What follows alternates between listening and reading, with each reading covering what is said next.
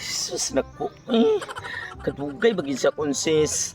Mingon siya nga magkita ko na mi diri ko magbuhat kay na ako no si lalaki nga ihatag nako. Sus makatilaw na gyud ko lalaki. Ay gwapa na ra ba kay ko maibog na gyud siya nako. Okay. Sis.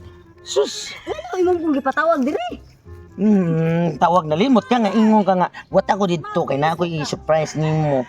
Ay, oh, day no. Sa ibot pasabot nimo nga i-surprise. Kuan ba? Kat ng lucky ba? Ay, sinod ka sis. Tinod, oy!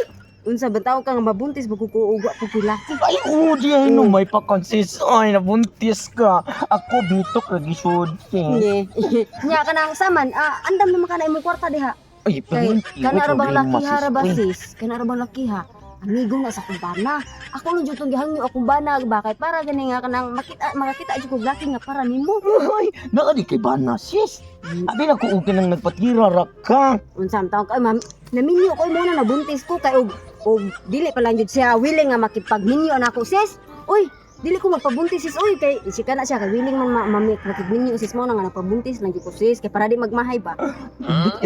Hindot na nang matirahan ka, sis. Hindot kay lami kay sis. Sis ka nang sis. Pwede ka nang minta siya. Dili pa ko makatilaw bitaw sa amiga ni mo sis nga laki sis imong bana.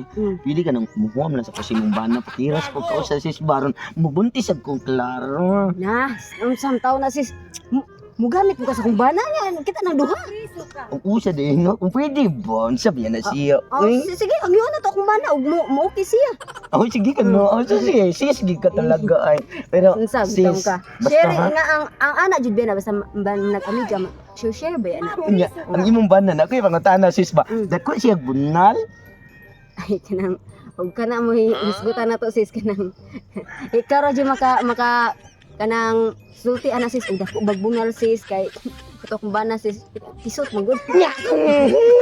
Pero Okay ra na ay pero dali lagi kay nabuntis dali. oh, Kusog di kay ng pisot di ay kay kuan man na siya kanang murag bomba oh, no. murag mo Dang na hangin. siya. Oh.